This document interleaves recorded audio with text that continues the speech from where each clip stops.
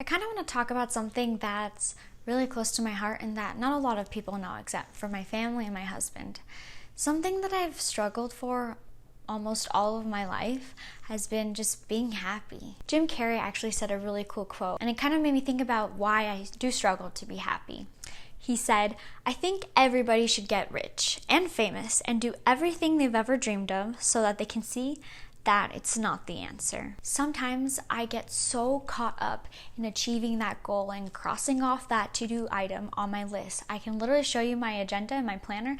You can see that I'm obsessed with crossing things off because it helps me feel better. Goals are just a means to an end. They're there to help push you to grow. They're there to help you find happiness throughout your journey. The whole purpose of goals is to help you go through the process of life. You don't get satisfaction from the goal as much as you get satisfaction from the process you took to get to that goal. A phrase that I always say is, "I'll be happy when," fill in the blank with literally anything. In high school, I was dying to get out of the house, dying to finally be an adult, have my own freedom, and do everything that I wanted to do.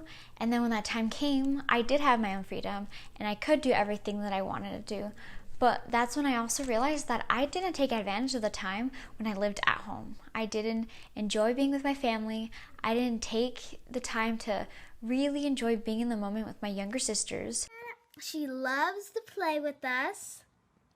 And she's beautiful. And I ended up missing out on them growing because I was so focused on the next level of my life.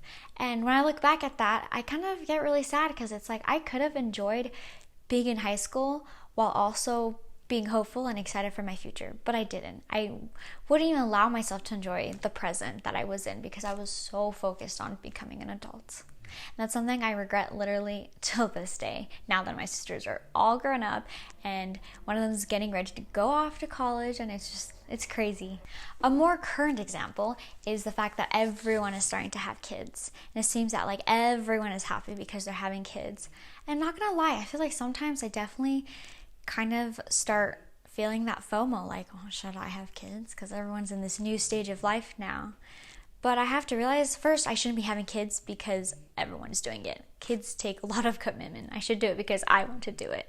And when I actually realize that, then I think I shouldn't be having kids then, or having those thoughts, because I don't even want kids. The only reason I want kids is because everyone else is doing it. So what I'm trying to say with that is that we shouldn't be in such a hurry to fit this schedule or this certain type of lifestyle because we've predetermined that it's what everyone else is doing.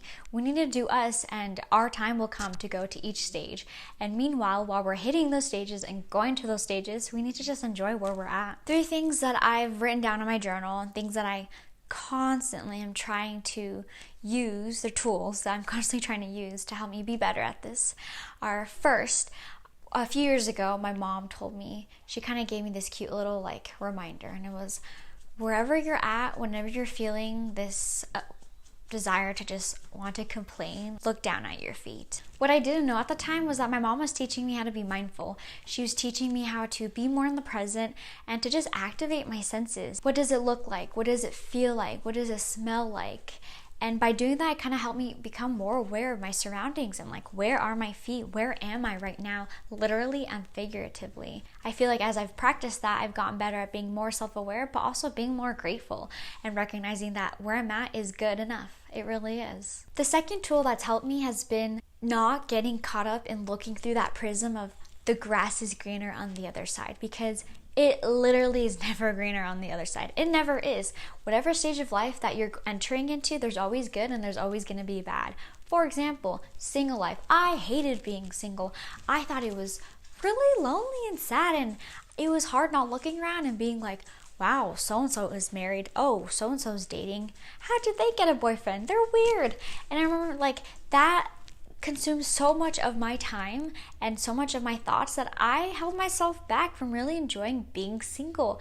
Being single is literally the best time of your life because that's the time where you really get to work on yourself and you get to find out who you are. And I think there's nothing wrong with being single. I think it's perfectly healthy. I also think it's perfectly healthy to want some companionship, but you shouldn't be feeling sad because you're single. It really doesn't get any better when you hit that certain stage in your life. it gets better when you realize that where you're at is perfectly fine. The last main thing that really helps me is remembering to not look around. And when I say that, I mean, don't look around and compare yourself to everyone else. Everyone else is on different journeys than you. Don't compare your chapter 1 to their chapter 55. Like, that's just not fair to you. Thank you for listening to what I had to say. It's really hard to be vulnerable, but I really wanted to talk about this because it's something I really struggle with, and I'm sure a lot of people struggle with it too. So let's try to be better, and let's try to be happy with where we're at.